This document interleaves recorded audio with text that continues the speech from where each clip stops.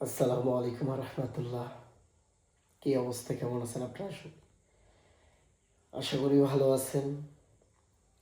অনেক দিন থেকে লাইভে আসি না, ভিডিও বানাই না। সত্যি কথা বলতে ভাইজান, আমি জানি না কথাগুলো কতটুকু শুনতে পাচ্ছেন কি পাচ্ছেন না। আমরা মিডল ক্লাস লোক এমনিতেও। তৃতীয় নাম্বার কথা হলো যে এমন এক জায়গায় বসবাস করি, এমন এক সমাজে বর্তমান আছি আমরা।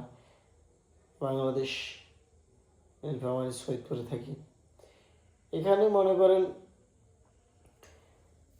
ভালো কাজের লোক কম, হিংসা, নিন্দা, গীবত এগুলা বেশি। আপনারা আসেন, মিলেমিশে যে কোনো একটা কাজ করি, এগুলো নেই।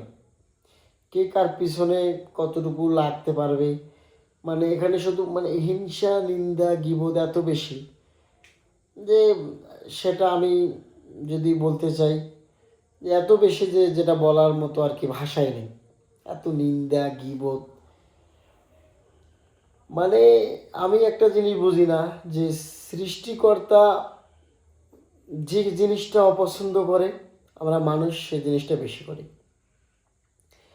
আর সব থেকে জঘন্য জিনিস কি জানেন? হিংসা। হিংসা জিনিসটা খুবই খারাপ। হিংসা এমন এক জিনিস যেটা এখন সবার ভিতরেই আছে, কম আর বেশি। নিজের, আমি যে ভিডিওটা করতেছি আমার একটা বন্ধুর কাছে যদি যায়, একটা লাইক যদি ভিডিওর মধ্যে পড়ে তাহলে কিন্তু আমার জন্য কিন্তু সেটা ভালো। একটা লাইক করতে কিন্তু টাকা লাগে না, লাগে না। একটা শেয়ার দিতে কিন্তু টাকা লাগে না। কিন্তু আমার একটা বন্ধুর কাছে যদি এই ভিডিওটা যায়, ও জান যদি ওর দিতে হয়, ওইটা যদি স্ক্রোল করার জন্যে, মানে একটা লাইক না দেওয়ার জন্য স্ক্রোল করার জন্য যদি $5 ফেসবুক বা ইউটিউব চার্জ করে, $5 লাগবে, তাও দিবে, তাও একটা লাইক দিবে না। তো আমি আমার ক্ষেত্রে বলতেছি না, আমি একটা উদাহরণ দিলাম, একটা বোঝাইলাম। আমি এটা বললাম না যে আমার ভিডিওতে তারা লাইক করে না বা কমেন্ট করে না, এটা বললাম না। মানে হিংসার ক্ষেত্রটা আমি বুঝাইলাম, আমি হিংসার ক্ষেত্রটা বুঝাইলাম এটা। তো এই হলো কথা ভাই, যে হিংসা আমাদের সমাজে এত। আমার আমার মনে করেন একটা একটা কাজ মনে করেন আমি দেখলাম ইন্ডিয়ায় ভালো চলতেছে, যে কোনো একটা কাজ, কন্টেন্ট ক্রিয়েশন বলেন, কন্টেন্ট ক্রিয়েশন হোক বা ইত্যাদি ইত্যাদি। আমি চাই যে 2জন মিলে 3জন মিলে এই কাজটা করি। যদি কাউকে আহ্বান করেন, করবে না। আর এখানে কি চলে জানেন? মনে করেন আমি চুরি করেছি, 2 দিন ভালো চুরি করলাম, ভালো ইনকাম হচ্ছে, ওরাও চুরি করবে। মানে আমরা যেখানে থাকি এখানে মানে এমন মানে সিস্টেম, যদি কেউ মাগিবাজি করে তারা মাগিবাজি করবে, যদি কেউ মাদক বিক্রি করে তারা মাদক বিক্রি করবে, যদি কেউ নামাজ পড়ে তো তারা নামাজ পড়বে।